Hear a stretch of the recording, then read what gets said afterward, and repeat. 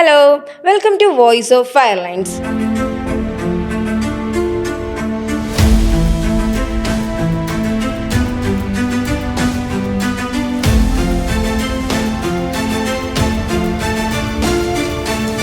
ഇന്ന് നമ്മൾ പരിചയപ്പെടുന്നത് കേരളത്തിലെ ഏറ്റവും കൂടുതൽ വിദ്യാർത്ഥികളെ സേഫ്റ്റി മേഖലയിൽ തൊഴിലവസരങ്ങൾ സൃഷ്ടിച്ച അൽസലാമ സ്കൂൾ ഓഫ് സേഫ്റ്റി സ്റ്റഡീസിൻ്റെ റീജിയണൽ ബിസിനസ് ഹെഡായ മിസ്റ്റർ സന്തോഷ് മേനോൻ സാറിനെയാണ്. Welcome to show sir. ഇന്ന് സന്തോഷ് സാറുമായിട്ടുള്ള ഈ ഒരു ഷോയിൽ ഇരിക്കാൻ പറ്റിയത് എനിക്കും അതുപോലെ തന്നെ ഇതിൻ്റെ വ്യൂവേഴ്സിനും ഭയങ്കര യൂസ്ഫുൾ ആയിരിക്കും. കാരണം എന്ന് വെച്ചാൽ 29 വർഷത്തെ എക്സ്പീരിയൻസ് ഇൻ എഡ്യൂക്കേഷൻ ഫീൽഡ്. എന്താ സാർ അതിനെക്കുറിച്ച് പറയാനുള്ളത്? 29 വർഷമായിട്ട് ഞാൻ ഇൻഡസ്ട്രിയിൽ എഡ്യൂക്കേഷൻ ഇൻഡസ്ട്രി തന്നെയാണ്. ഈ വേരിയസ് എഡ്യൂക്കേഷൻ ഇൻഡസ്ട്രി കൂടെ ഞാൻ കടന്നു പോയിട്ടുണ്ട്. ഇപ്പോൾ 6 വർഷമായിട്ട് 7 വർഷമാവുന്നു ഇപ്പോൾ അൽസലാമയിൽ ഞാൻ എൻ്റെ സർവീസ് സ്റ്റാർട്ട് ചെയ്തിട്ട്. എന്താ പറയുക, ഈ എഡ്യൂക്കേഷൻ ഇൻഡസ്ട്രിയിൽ വർക്ക് ചെയ്യുക എന്ന് പറയുന്നത് വളരെ ഒരു ഹാപ്പിനെസ് ഉള്ളതാണ്.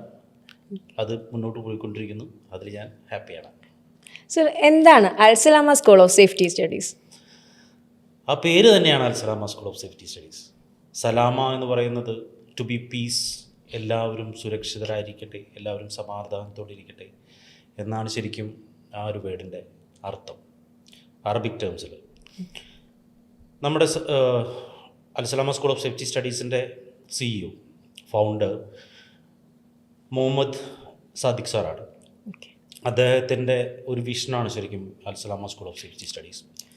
അദ്ദേഹം ഒരു സിവിൽ എഞ്ചിനീയറാണ്. വലിയ MNCകളിൽ പുറം രാജ്യങ്ങളിൽ വർക്ക് ചെയ്തുകൊണ്ടിരിക്കുന്ന സമയത്ത് ഹെൽത്ത് ആൻഡ് സേഫ്റ്റിയെക്കുറിച്ചുള്ള അദ്ദേഹത്തിൻ്റെ കാഴ്ചപ്പാടാണ് ശരിക്കും Al Salama school of safety studies എന്ന് പറയുന്ന ഒരു സ്ഥാപനത്തിലെത്തിയത്. Al Salama school of safety studies NEBOSH UKയുടെ അക്രഡിറ്റഡ് ട്രെയിനിങ് സെൻ്ററാണ്. നിരവധി വിദ്യാർത്ഥികൾക്ക് നമ്മൾ ഹെൽത്ത് ആൻഡ് സേഫ്റ്റി എൻവിറോൺമെൻറ്റിലെ കോഴ്സുകൾ, ട്രെയിനിങ്ങുകൾ നമ്മൾ പരിചയപ്പെടുത്തുന്നുണ്ട്. അതാണ് ശരിക്കും Al Salama. Santhosh sir, Al Salama school of safety സ്റ്റഡീസിൻ്റെ വിഷൻ എന്താണ്? അൽസലാമ സ്കൂൾ ഓഫ് സേഫ്റ്റി സ്റ്റഡീസിൻ്റെ വിഷൻ ക്വാളിറ്റി ട്രെയിനിങ് തന്നെയാണ്. നല്ല എക്സ്പീരിയൻസ്ഡ് ആയിട്ടുള്ള കുട്ടികളെ, സ്റ്റുഡൻസിനെ കോഴ്സ് കംപ്ലീറ്റ് ചെയ്ത് എക്സ്പീരിയൻസോടുകൂടി പുറത്തിറക്കുക, അവർക്ക് ഏറ്റവും നല്ല കമ്പനികളിൽ, നല്ല ഇൻഡസ്ട്രിയിൽ നല്ല തരത്തിലുള്ള ജോലി കിട്ടുക, അതിനവരെ പ്രാപ്തരാക്കുക എന്നതാണ് സത്യത്തിൽ അൽസലാമ സ്കൂൾ ഓഫ് സേഫ്റ്റി സ്റ്റഡീസിൻ്റെ വിഷൻ. ആ വിഷൻ വളരെ ഭംഗിയായിട്ട് പോകുന്നുണ്ട്. നിറയെ സ്റ്റുഡൻസ്, ന്യൂമറസ് സ്റ്റുഡൻസ് നമ്മുടെ പഠിച്ചിറങ്ങിയ കുട്ടികൾ പല ഇൻഡസ്ട്രിയിൽ നല്ല സാലറി പാക്കേജിൽ വർക്ക് ചെയ്യുന്നുണ്ട്. അതുതന്നെയാണ് നമ്മുടെ വിഷൻ. സർ, ഏതുതരം കോഴ്സുകളാണ് നമ്മുടെ Al Salama school of safety studies നമ്മുടെ സ്റ്റുഡൻസിന് വേണ്ടിയിട്ട് പ്രൊവൈഡ് ചെയ്യുന്നത്? Al Salama school of safety studies നമ്മൾ ഇൻ്റർനാഷണൽ കോഴ്സസുകളും പ്രൊവൈഡ് ചെയ്യുന്നുണ്ട്, ഡൊമസ്റ്റിക് കോഴ്സസുകളും പ്രൊവൈഡ് ചെയ്യുന്നുണ്ട്. നമ്മൾ എന്നും കോൺസെൻട്രേറ്റ് ചെയ്യുന്നത് ഹെൽത്ത് ആൻഡ് സേഫ്റ്റി എൻവിറോൺമെൻറ്റിലെ ട്രെയിനിങ് പ്രോഗ്രാംസുകളാണ്. അതായത് സേഫ്റ്റി, നമ്മുടെ പേര് പോലെ തന്നെ സേഫ്റ്റി കോഴ്സുകളാണ് നമ്മളെന്നും കോൺസെൻട്രേറ്റ് ചെയ്തിട്ടുള്ളത്. അത് ഡൊമസ്റ്റിക് ആയിട്ടുള്ള സർട്ടിഫിക്കേഷൻസുകളുണ്ട്, ഇൻ്റർനാഷണൽ സർട്ടിഫിക്കേഷൻസുകളുണ്ട്. അതിൽ ഏറ്റവും കൂടുതൽ നമ്മൾ കോൺസെൻട്രേറ്റ് ചെയ്യുന്നത് നബോഷ് എന്ന് പറയുന്ന UK ബേസ്ഡ് ഒരു എക്സാമിനേഷൻ ബോർഡാണ്. Okay sir. വേൾഡിലെ തന്നെ ഏറ്റവും റെനോവ്ഡ് ഒരു എക്സാമിനേഷൻ ബോർഡാണ്. എല്ലാ കൺട്രീസിലും അംഗീകരിച്ചിട്ടുള്ളതുമാണ്. അവരുടെ ലെവൽ 3 സർട്ടിഫിക്കേഷനായ IGC, ഇൻ്റർനാഷണൽ ജനറൽ സർട്ടിഫിക്കേഷനാണ് നമ്മൾ ഏറ്റവും കൂടുതൽ കോൺസെൻട്രേറ്റ് ചെയ്യുന്നത്. പിന്നെ ലെവൽ 2 UKയുടെ തന്നെ, UKയാണ് നമ്മൾ ഏറ്റവും കൂടുതൽ എഡ്യൂക്കേഷൻ സിസ്റ്റത്തിൽ ഏറ്റവും നമ്പർ 1 എന്ന് പറയുന്നത് UK എഡ്യൂക്കേഷൻ സിസ്റ്റമാണ്. അതുകൊണ്ട് തന്നെ UKയുടെ എഡ്യൂക്കേഷൻ സിസ്റ്റമാണ് നമ്മൾ ശരിക്കും ഫോളോ ചെയ്യുന്നത്. UKയുടെ തന്നെ ലെവൽ 2 IOSHൻ്റെ സർട്ടിഫിക്കേഷൻസ് നമ്മൾ പ്രൊവൈഡ് ചെയ്യുന്നുണ്ട്. അതുപോലെ അമേരിക്കൻ സ്റ്റാൻഡേർഡായ OSHA, USൻ്റെയാണ്. ആ സ്റ്റാൻഡേർഡും അവരുടെ OSHA ട്രെയിനിങ്ങുകളും നമ്മൾ പ്രൊവൈഡ് ചെയ്യുന്നുണ്ട്. പിന്നെ fire and safety diploma programs ഉണ്ട്, first aid and fire rescue പ്രോഗ്രാംസുകളുണ്ട്, work at height training programs ഉണ്ട്. അങ്ങനെ എന്തൊക്കെയാണോ ഒരു സ്റ്റുഡൻറ്റിന് അല്ലെങ്കിൽ ഒരു എംപ്ലോയിക്ക് ഹെൽത്ത് ആൻഡ് സേഫ്റ്റി എൻവിറോൺമെൻറ്റിൽ വേണ്ട ട്രെയിനിങ്, ആ എല്ലാ ട്രെയിനിങ്ങും നമ്മൾ ഒരു കുടക്കീഴിൽ കൊണ്ടുവന്നിട്ടുണ്ട്. Okay sir. ഇത്തരം കോഴ്സുകളാണ് നോർമലി നമ്മൾ അൽസലാമയിൽ. ഓക്കെ. ഈ നെബോഷ് ആക്ച്വലി ഞാനും കുറച്ചധികം കേൾക്കുന്നുണ്ട്, പക്ഷെ കൂടുതലും ഒന്നും അറിയില്ലായിരുന്നു. ഇപ്പോൾ അതിനെക്കുറിച്ച് അറിയാൻ പറ്റും. നെബോഷ് എന്ന് പറഞ്ഞാൽ കുറേ കേൾക്കുന്നുണ്ട്, നെബോഷ്, ഓഷ, അയോഷ് എന്നൊക്കെ. അതെ, ഇപ്പോഴാണ് ശരിക്കും കുറച്ച് നാളായിട്ടേ ഉള്ളൂ. അതെ സർ. ഈ സേഫ്റ്റി മേഖലയിൽ അധികം ആൾക്കാർ എക്സ്പ്ലോർഡ് അല്ല ശരിക്കും പറയുകയാണെങ്കിൽ. ഓക്കെ. ഒരുപാട് ജോബ് സാധ്യതയുള്ളതും നല്ല വർക്ക്, നല്ല കരിയർ ഗ്രോത്തുമുള്ള പ്രോഗ്രാംസുകളുണ്ട്, ട്രെയിനിങ് പ്രോഗ്രാംസുകളുണ്ട്. അതിലൊന്നാണ് ശരിക്കും ഈ നബോഷ് IGC എന്ന് പറയുന്നത്. IGC. ഓക്കെ. ഇത് ആർക്കും പഠിക്കാം, നല്ല രീതിയിൽ. കുറച്ച് ബുദ്ധിമുട്ടുണ്ട് പഠിക്കാൻ, അത്ര ഈസി അല്ല പഠിച്ച് ജയിക്കുക എന്ന് പറയുന്നത്. എന്നാൽ ലോജിക്കൽ തിങ്കിങ് ഉള്ള ആർക്കും ഇത് പഠിച്ചെടുക്കാവുന്നതേ ഉള്ളൂ. അത് പഠിച്ചു കഴിഞ്ഞാലുള്ള ഗുണം സേഫ്റ്റി ഓഫീസർ, സേഫ്റ്റി അസോസിയേറ്റ് എന്നൊക്കെ പറയുന്ന ഒരുപാട് ജോബ് സാധ്യതകളുള്ള പ്രൊഫൈലുകളുണ്ട്. ആ പ്രൊഫൈലുകളൊക്കെ ഈസി ആയിട്ട് ജോബ് കിട്ടും, നല്ല സാലറി പാക്കേജുകളുണ്ട്, നല്ല രീതിയിൽ ഗ്രോത്തും ഉണ്ടാവും. ഓക്കെ സർ, ഈ നബോഷ് ആൺകുട്ടികൾക്ക് മാത്രം പഠിക്കാവോ, അങ്ങനെ എന്തെങ്കിലും ഉണ്ടോ? അങ്ങനെ ഒരു ജെൻഡർ ഡിസ്ക്രിമിനേഷൻ ഉള്ള ഒരു ഏരിയ അല്ല അത്.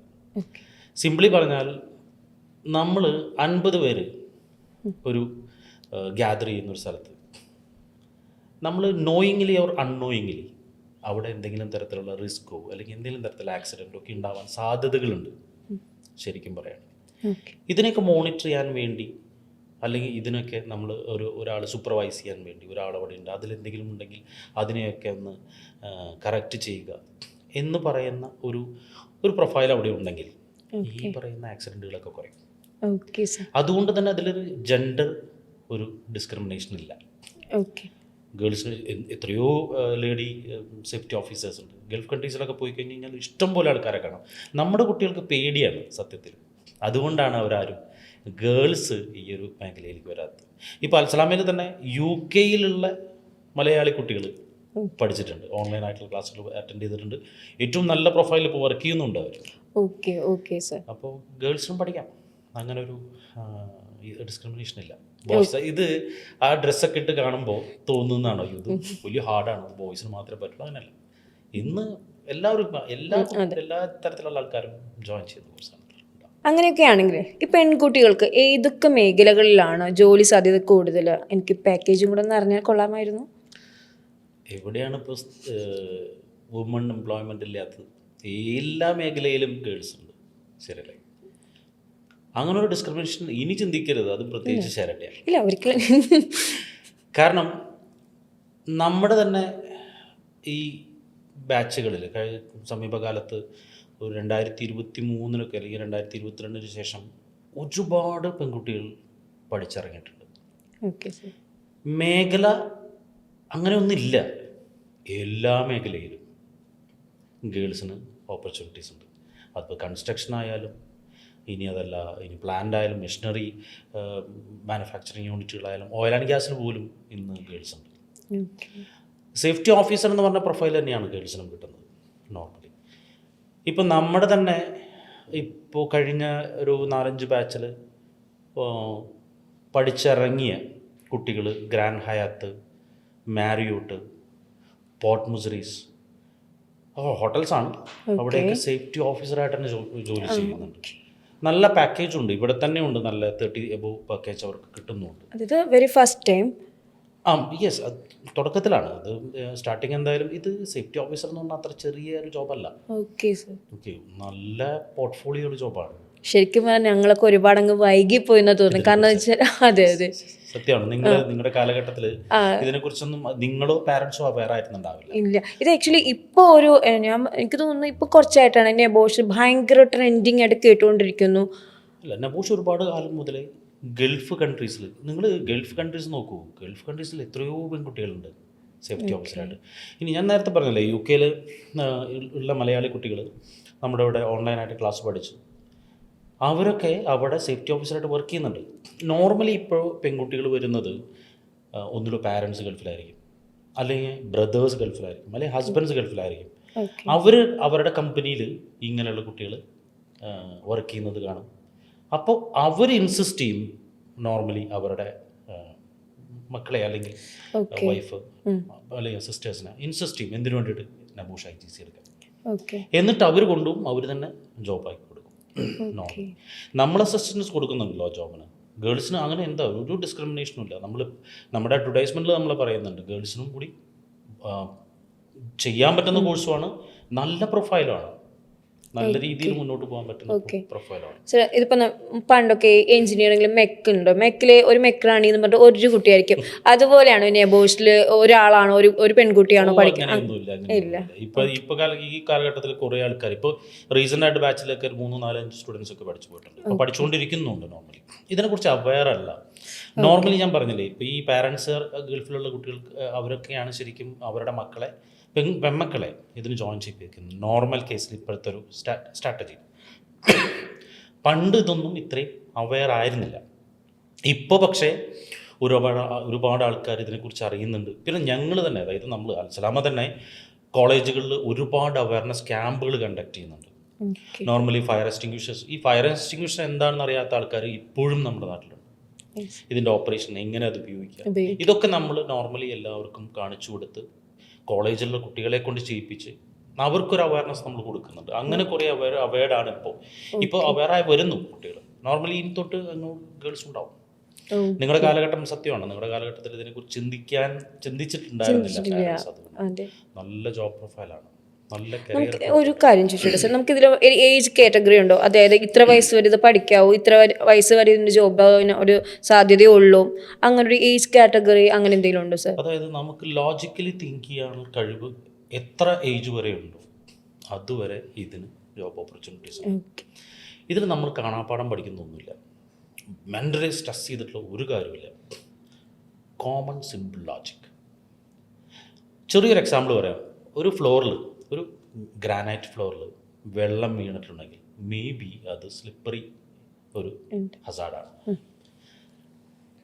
ഇത് ഒന്നിലോ അവിടെ ബൈപ്പാസ് ചെയ്യുന്ന ആൾക്കാരെ ഒന്ന് അവെയർ ചെയ്യാൻ നമുക്ക് എന്താണോ നമുക്ക് തോന്നുന്നത്, നമ്മുടെ ചിന്തയിൽ തോന്നുന്നത്, ഒരു മാറ്റ് ഇട്ട് കഴിഞ്ഞാൽ ആ പ്രോബ്ലം തരും. അല്ലെങ്കിൽ ഒരു കോഷൻ, ഒരു അവയർനെസ് കൊടുത്താൽ ഫ്ലോർ ഇസ് വെറ്റ് പലപ്പോഴും കണ്ടുണ്ടാവും മോളുകളിലൊക്കെ പോകുമ്പോൾ. അപ്പം നമ്മളും എന്താവും, ഒന്ന് കോഷൻ ഉണ്ടാവും, ഇതാക്കും, ഓക്കെ സംതിങ് ഇസ് ദൈ. ഇത് ചിന്തിക്കാനുള്ള കഴിവുള്ള ആർക്കും സേഫ്റ്റി ഓഫീസറാവും. അപ്പോൾ ഏജോ അങ്ങനെ ഒന്നും ഇതിന് ഫാക്ടറല്ല. ഇതിന് നമുക്ക് വേണ്ടത് ക്രിട്ടിക്കൽ തിങ്കിങ്.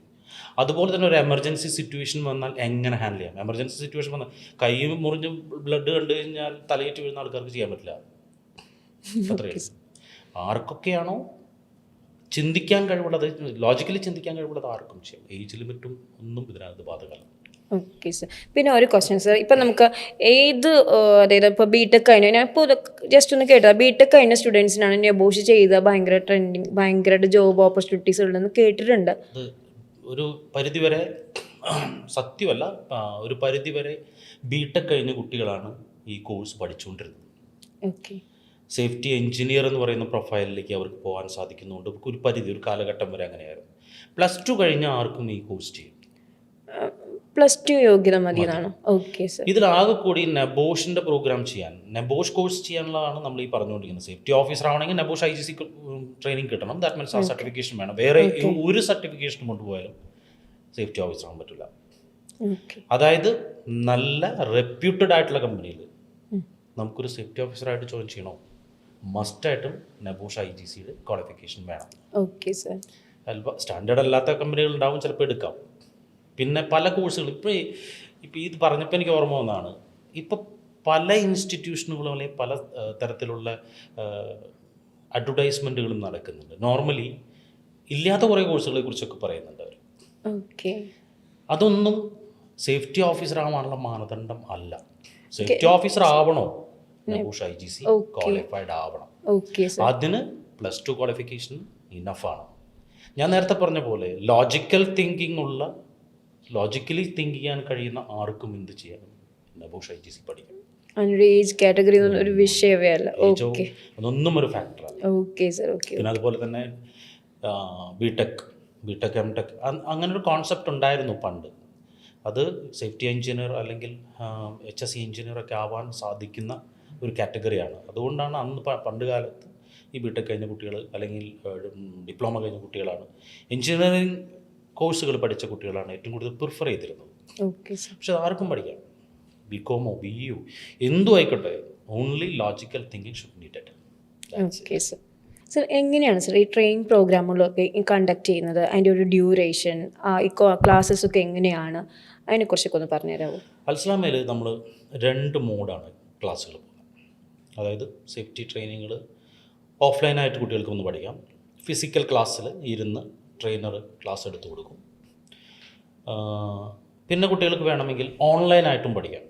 ഓൺലൈനായിട്ട് അവർക്ക് വീട്ടിലിരുന്ന് നമ്മൾ ഓൺലൈൻ പ്ലാറ്റ്ഫോംസ് ഉപയോഗിച്ച് ഇൻട്രാക്റ്റീവ് സെഷൻ തന്നെയാണ്. ദാറ്റ് മീൻസ് കുട്ടികൾ എങ്ങനെയാണോ ഓഫ്ലൈനിൽ ഇരിക്കുന്നത് അതുപോലെ തന്നെ ഇൻട്രാക്റ്റീവ് സെഷനാണ്. വീഡിയോ ഓൺ ചെയ്ത് ഡിസ്കഷൻസ് ചെയ്ത് അസസ്മെൻറ്റുകൾ എടുത്ത് നമ്മൾ ക്ലാസ് മുന്നോട്ട് പോകുന്നത്. സർ, അത് ശരിക്കും പറഞ്ഞാൽ ഓഫ്ലൈൻ പോലെ എഫക്റ്റീവ് ആയിരിക്കും. കാരണം ഈ പ്രാക്ടിക്കലി ചെയ്യേണ്ട കാര്യങ്ങളൊക്കെ ഒരു വീട്ടിൽ ഇരുന്നിട്ട് ഓൺലൈൻ അതെങ്ങനെ പോസിബിൾ ആവും?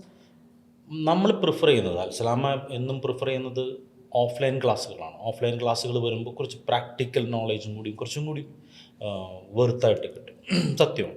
പക്ഷെ പല കുട്ടികളും വർക്ക് ചെയ്യുന്ന കുട്ടികളുണ്ട്, ഇപ്പോൾ പഠിച്ചുകൊണ്ടിരിക്കുന്ന കുട്ടികളുണ്ട്, അതുപോലെ തന്നെ പ്രൊമോഷന് വേണ്ടി നിൽക്കുന്ന എംപ്ലോയീസ് ഉണ്ട്. ഇവർക്കൊക്കെ ഫിസിക്കലി വന്ന് ക്ലാസ് അറ്റൻഡ് ചെയ്യുക എന്ന് പറയുന്നത് ചിലപ്പോൾ ബുദ്ധിമുട്ടുള്ള കാര്യങ്ങളാണ്. എബ്രോഡുള്ള കുട്ടികൾ ഇപ്പോൾ വിദേശത്ത്, ഇപ്പം ഞാൻ നേരത്തെ പറഞ്ഞ പോലെ UK അവിടെ UK ഉണ്ടല്ലോ ഈ ഫിസിക്കൽ ക്ലാസ്, UK ഉണ്ട്. പക്ഷെ എന്തുകൊണ്ടായിരിക്കും അവർ നമ്മളെ പ്രിഫർ ചെയ്യുന്നത്? ഒന്ന്, എക്കണോമിക്കലി അവർക്കൊരു ബെനിഫിറ്റ് വേണം, അതിന് വേണ്ടിയിട്ടായിരിക്കാം. പിന്നെ 2, നമ്മുടെ ക്ലാസ്സുകൾക്ക് അവർ കൊടുക്കുന്നത്, അതായത് നമ്മുടേതായിട്ടുള്ള ഒരു സ്റ്റൈൽ ഓഫ് ടീച്ചിങ്ങിലാണ് അവർ ക്ലാസ് അറ്റൻഡ് ചെയ്യുന്നത്. അപ്പോൾ അവിടെയുള്ള ആ കുട്ടികൾക്കൊക്കെ ഫിസിക്കലി ക്ലാസ് ഒന്ന് അറ്റൻഡ് ചെയ്യാമെന്ന് പറഞ്ഞാൽ ബുദ്ധിമുട്ടായതുകൊണ്ടാണ് ശരിക്കും നമ്മൾ ഈ ഓൺലൈൻ ക്ലാസ് വെച്ചത്. പക്ഷെ ഡോണ്ട് തിങ്ക് ഈ ഓൺലൈൻ ക്ലാസ്സുകളെല്ലാം ഒരു വിർച്വൽ ക്ലാസ്സുകൾ, ഒരു വർക്ക് ക്ലാസ്സുകൾ പോലെ ഫീൽ ചെയ്യരുത്. കാരണം ഇറ്റ്സ് പ്യൂർലി ഇൻട്രാക്റ്റീവ് സെഷനാണ്. ട്രെയിനർ ഓരോ സ്റ്റുഡൻറ്റിനോടും ഓരോ ടോപ്പിക് കഴിയുമ്പോഴും അവരുടെ അസസ്മെൻറ്റുകൾ കൂടി എടുക്കുന്നുണ്ട്. അതുപോലെ തന്നെ നമ്മൾ ഇപ്പോൾ വിർച്വൽ റിയാലിറ്റിയുടെ കാലമാണ് അല്ലേ? ഇപ്പോൾ കാർ ഓടിക്കുന്നത് കണ്ടിട്ടില്ലേ? കാർ ഓടിക്കുന്നത് ഒരു റൂമിലിരുന്ന് കാറിന് സ്റ്റിയറിംഗ് കൊടുത്ത് ഒരു മോണിറ്ററിലാണ് പോകുന്നത്. അവിടെ എന്തൊക്കെ സംഭവിക്കുന്നു അതൊക്കെ നമുക്ക് ഫീൽ ചെയ്യുന്നുണ്ട്. ഈ സെയിം തന്നെ നമ്മുടെ കയ്യിൽ എല്ലാ തരത്തിലുമുള്ള വീഡിയോസും അതുപോലെ തന്നെ റിയലായിട്ട് നടന്നിട്ടുള്ള ഒരുപാട് ഫുട്ടേജുകൾ, അതുപോലെ തന്നെ അനിമേറ്റഡ് ആയിട്ടുള്ള സംഭവങ്ങൾ, ഇതെല്ലാം ഒന്നും കൂടിയും സത്യത്തിൽ ഫിസിക്കൽ ക്ലാസ് തന്നെയാണ് കുറച്ചും കൂടി എഫക്റ്റീവ് എന്നുണ്ടെങ്കിലും വിർച്വൽ ക്ലാസ്സസ് വരുമ്പോൾ നമുക്ക് റിയലായി നടന്ന ഇൻസിഡൻറ്റുകളെ അവർക്ക് ഫീൽ ചെയ്യിപ്പിക്കാൻ പറ്റും. അതിന് നമ്മുടെ ട്രെയിനേഴ്സ് അത്രയും ക്വാളിഫൈഡ് ട്രെയിനേഴ്സാണ്, എക്സ്പീരിയൻസ്ഡ് ട്രെയിനേഴ്സാണ്, ഇയേഴ്സ് ഓഫ് ഈ ഇൻഡസ്ട്രിയിൽ വർക്ക് ചെയ്തിട്ടുള്ള ആൾക്കാർ. അപ്പോൾ അവരുടെ ആ എക്സ്പോഷറൊക്കെ ഉപയോഗിച്ച് ഓൺലൈൻ ക്ലാസ് ആയാലും നല്ല രീതിയിൽ മോൾഡ് ചെയ്യുന്നുണ്ട്. നല്ല പാസ് പെർസെൻറ്റേജ് ഉണ്ട് നമുക്ക് കുട്ടികൾക്ക്, നല്ല പാസ് പെർസെൻറ്റേജ് ഉണ്ട്. അതുപോലെ തന്നെ അവർ പെർഫോം ചെയ്യാൻ പോകുമ്പോൾ, ഇവർ ഇൻ്റർവ്യൂവിന് പോകണല്ലോ, ഇൻ്റർവ്യൂവിന് പോകുമ്പോൾ ഇൻ്റർവ്യൂസ് ചോദിക്കുന്ന ചോദ്യങ്ങൾക്ക് ഇതിന് ചോദ്യോത്തരങ്ങളൊന്നുമല്ല.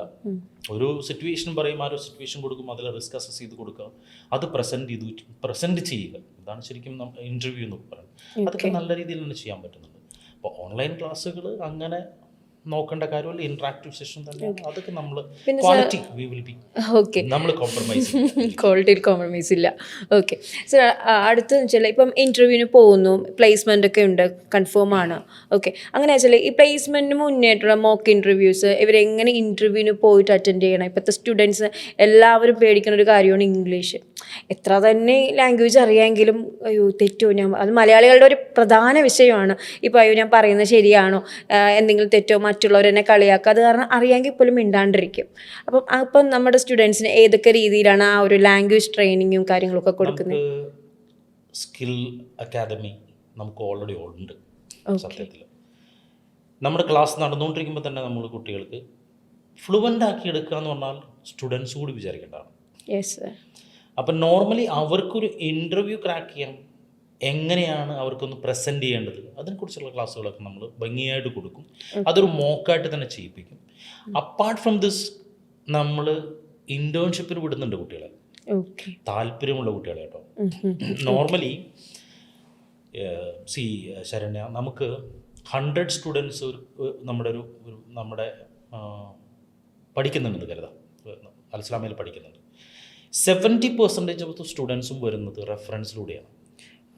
നോർമൽ കേസിൽ അവരുടെ പാരൻസോ അല്ലെങ്കിൽ അവരുടെ ബ്രദേഴ്സും ഞാൻ നേരത്തെ പറഞ്ഞ പോലെ റെക്കമെൻഡ് ചെയ്ത് ഇവിടെ വന്ന് പഠിച്ച് അവരെത്രയും പെട്ടെന്ന് അവരെ കൊണ്ടുപോയി അവർ പ്ലേസ് ചെയ്യാനാണ്.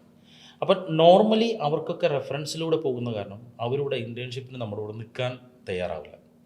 അവരെത്രയും പെട്ടെന്ന് അവരുടെ കോഴ്സ് കഴിയുക, എത്രയും പെട്ടെന്ന് പാസ്സാവുക, നേരെ അവരുടെ പാരൻസിൻ്റെ അടുത്തേക്ക് അല്ലെങ്കിൽ ബ്രദേഴ്സിൻ്റെ അടുത്ത് പോവുക, അവർക്ക് പ്ലേസ്മെൻറ്റ് കൊടുക്കും. ബാക്കിയുള്ള 30% സ്റ്റുഡൻസിനെയാണ് ശരിക്കും പറയുകയാണെങ്കിൽ നമുക്ക് നമ്മുടെ കയ്യിൽ കറക്റ്റായിട്ട് കിട്ടുന്നത്. അതിലും 50% സ്റ്റുഡൻസ് എന്ത് ചെയ്യില്ല, ഇൻറ്റേൺഷിപ്പിന് പോകാൻ താല്പര്യപ്പെടില്ല, എത്രയും പെട്ടെന്ന് എവിടെയെങ്കിലും കയറി പോകാമെന്ന് പറയുന്നത്. അങ്ങനെ ഒരു എക്സ്പോഷർ പോലും നമ്മൾ കൊടുക്കുന്നുണ്ട്. ഇപ്പോൾ റിയൽ ആയിട്ടുള്ള ഇൻഡസ്ട്രിയിൽ ഒരു മാസം എന്താണ് അവിടെ നടക്കുന്നത്, റിയലി എന്താ നടക്കുന്നതെന്ന് അറിയാൻ വേണ്ടി നമ്മൾ വിടുന്നുണ്ട്. അപ്പോൾ ഒരു സ്റ്റുഡൻറ്റ് പ്ലേസ് ആവാൻ വേണ്ടി എന്തൊക്കെ വേണോ അതൊക്കെ നമുക്ക് ചെയ്യാൻ നമുക്ക് ടീമുണ്ട്. അത്രയും നല്ല ഒരു വർക്ക് ഫോഴ്സ് നമുക്കുണ്ട്. ആ വർക്ക് ഫോഴ്സ് വളരെ നല്ല രീതിയിൽ എൻഫോഴ്സ്മെൻറ്റ് ചെയ്യുന്നുണ്ട്. അൽസലാമ ക്വാളിറ്റി കോംപ്രമൈസ് ചെയ്യില്ല, സർ കുറച്ച് മുന്നേ പറഞ്ഞു. ഓക്കെ, അപ്പോൾ എന്താ നമ്മുടെ ഫാക്കൽറ്റീസിനൊക്കെ സെലക്ട് ചെയ്യാനുള്ള ഒരു കുറച്ച് ക്രൈറ്റീരിയാസ് ഉണ്ടാവുമല്ലോ ഹയറിങ്സിനൊക്കെ, അതെങ്ങനെയാണ് സർ? ഒന്ന് ജസ്റ്റ് ഒന്ന് എക്സ്പ്ലെയിൻ ചെയ്യാമോ? നമുക്കെന്നല്ല, അൽസലാമയെ സംബന്ധിച്ചിടത്തോളം നമ്മൾ നേരത്തെ പറഞ്ഞ ക്വാളിറ്റി. നെബോഷിൻ്റെ ട്രെയിനേഴ്സ് ആവണമെങ്കിൽ നെബോഷ് ഡയറക്റ്റ് ചെയ്യുന്ന അവരുടെ കുറച്ച് ഡയറക്റ്റീവ്സ് ഉണ്ട്. ആ ക്വാളിഫിക്കേഷൻ മീറ്റ് ചെയ്യുന്നവർക്ക് മാത്രമാണ് നമുക്ക് നെബോഷിൻ്റെ ട്രെയിനേഴ്സായിട്ട് എൻറോൾ ചെയ്യാൻ സാധിക്കുള്ളൂ.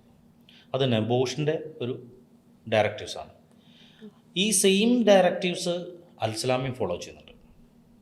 നമ്മുടെ എല്ലാ ട്രെയിനേഴ്സിനും നിങ്ങൾ എടുത്ത് നോക്കിക്കോളൂ, എല്ലാവർക്കും ഇയേഴ്സ് ഓഫ് ഇൻഡസ്ട്രിയൽ എക്സ്പീരിയൻസ് ഉണ്ടാവും. അതും പല ഇൻഡസ്ട്രിയിൽ വർക്ക് ചെയ്തിട്ടുള്ള നല്ല എക്സ്പോഷർ അല്ലെങ്കിൽ നല്ല പദവിയിൽ വർക്ക് ചെയ്തിട്ടുള്ള ആൾക്കാരാണ് നോർമലി നമ്മുടെ എല്ലാ ട്രെയിനേഴ്സും. നെബോഷിൻ്റെ ട്രെയിനേഴ്സിന് നെബോഷ് IGC മാത്രമല്ല, നെബോഷിൻ്റെ ലെവൽ 6 ഐഡിപ്പും ഒപ്പം അയോഷ് മെമ്പർഷിപ്പും കൂടി ഉള്ള ആൾക്കാർക്ക് മാത്രമേ നെബോഷിൻ്റെ ഓതറൈസ്ഡ് ട്രെയിനർ ആവാൻ പറ്റൂ. നമ്മുടെ എല്ലാ ട്രെയിനേഴ്സിനും എടുത്ത് നോക്കൂ, ഇയേഴ്സ് ഓഫ് എക്സ്പീരിയൻസ് ഉണ്ട്, IGC ഉണ്ട്, ഗ്രാഡയോഷ് മെമ്പർഷിപ്പ് ഉണ്ട്, ഇപ്പോൾ അത് സെറ്റയോഷ് മെമ്പർഷിപ്പ് ആക്കി. എല്ലാവരും ഹൈലി ക്വാളിഫൈഡ് ആണ്. ആ ക്വാളിഫിക്കേഷൻ തന്നെയാണ് അൽസലാമയും ഫോളോ ചെയ്യുന്നത്. നമ്മുടെ ഏത് ട്രെയിനർ ആയാലും എടുത്ത് നോക്കുകയാണെങ്കിൽ എല്ലാവരും വെൽ ക്വാളിഫൈഡും വെൽ എക്സ്പീരിയൻസ്ഡും ആയിരിക്കും. അതുകൊണ്ട് തന്നെ ആ എക്സ്പീരിയൻസിൻ്റെ എക്സ്പോഷർ നമ്മുടെ സ്റ്റുഡൻസിന് നല്ല രീതിയിൽ കിട്ടുകയും ചെയ്യും. അതിൽ കോംപ്രമൈസ് ഇല്ല. 10 വർഷം 12,000 സ്റ്റുഡൻസ്, ഓൾമോസ്റ്റ് എല്ലാവരും പ്ലേസ്ഡും ആയിട്ടുണ്ട്. അപ്പം എന്തെങ്കിലും ഒരു ഇൻട്രസ്റ്റിംഗ് ആയിട്ടുള്ള സ്റ്റോറീസ് ഒരുപാടുണ്ടാവും. അതിൽ ഏതെങ്കിലും ഒരു സ്റ്റോറി സാർ ജസ്റ്റ് ഒന്ന് പറയാമോ? 10 അല്ല, നമ്മളിപ്പോൾ 12 വർഷവും 13ാമത്തെ വർഷമാണ്.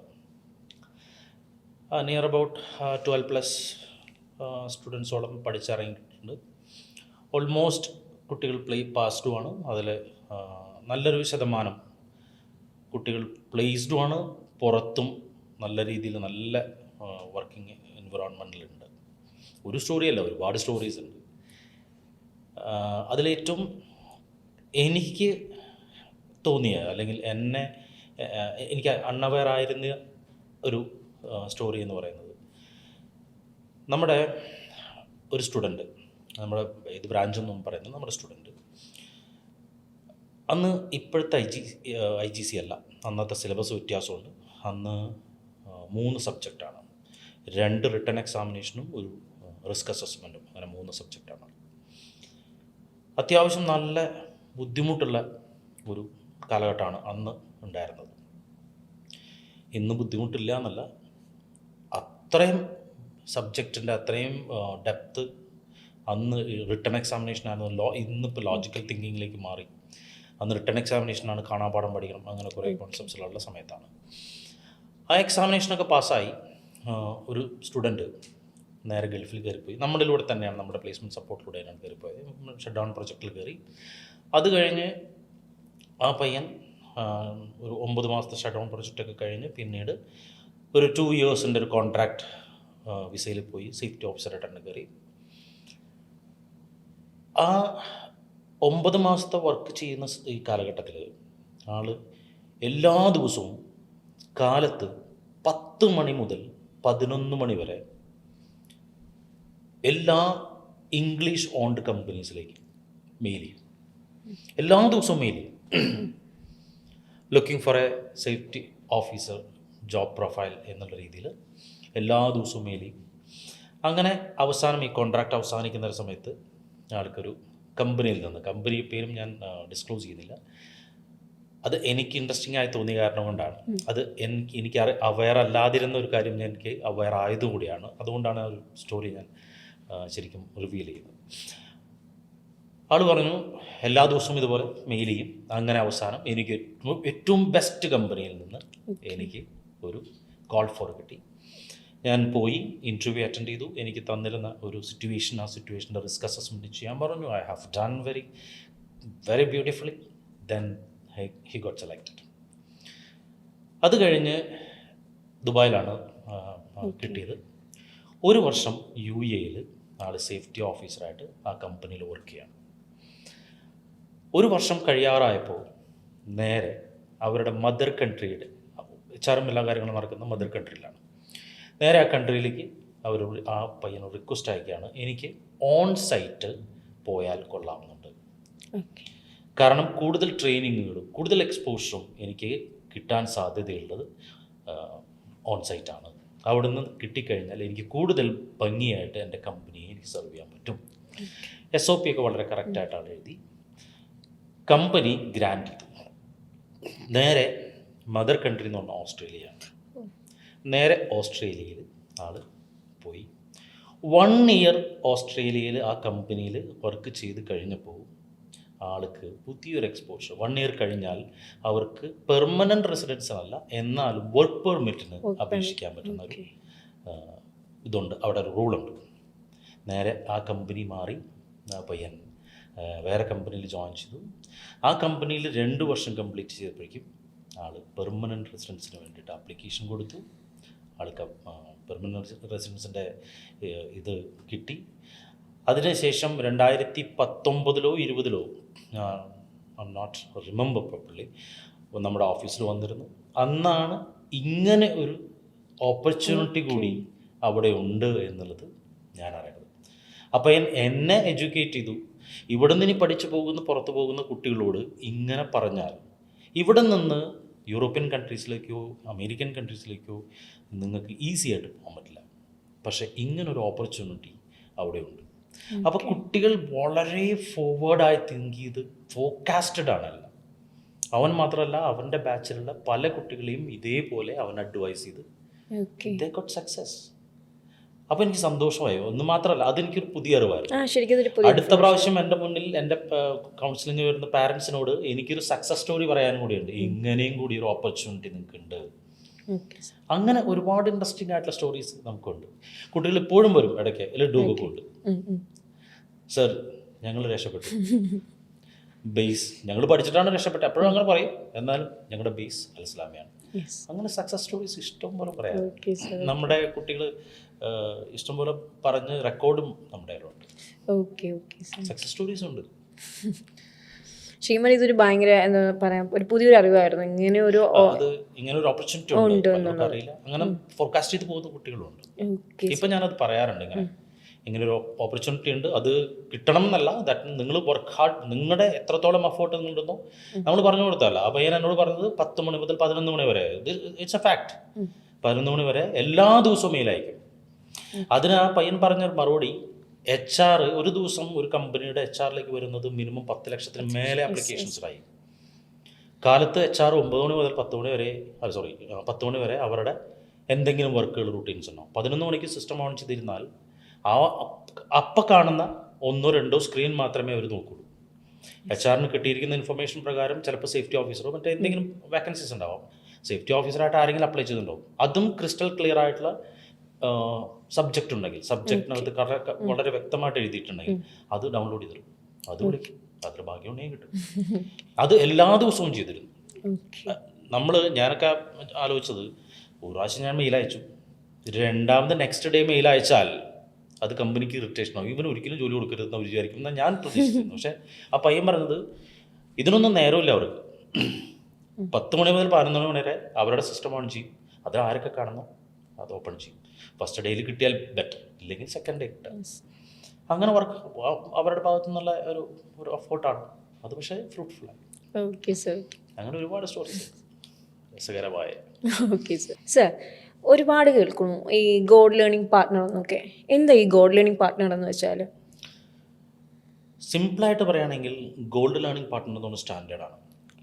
ഓക്കെ, അതായത് നെബോഷ് എന്ന് പറയുന്ന examination board, UK national examination board for occupation safety and health, അവരുടെ ഒരു സ്റ്റാൻഡേർഡാണ് ഗോൾഡ് ലേണിംഗ് പാർട്ട്ണർ എന്ന് പറയുന്നത്. Bronze, silver, gold, then platinum, there is another one. ഇതിൽ ഇൻസ്റ്റിറ്റ്യൂഷനുകളുടെ അവരുടെ അക്രഡിറ്റഡ് ഇൻസ്റ്റിറ്റ്യൂഷനുകൾക്ക് അവർ കൊടുക്കുന്ന ഒരു സ്റ്റാൻഡർഡൈസേഷനാണ് ശരിക്കും ഈ പറയുന്നത്.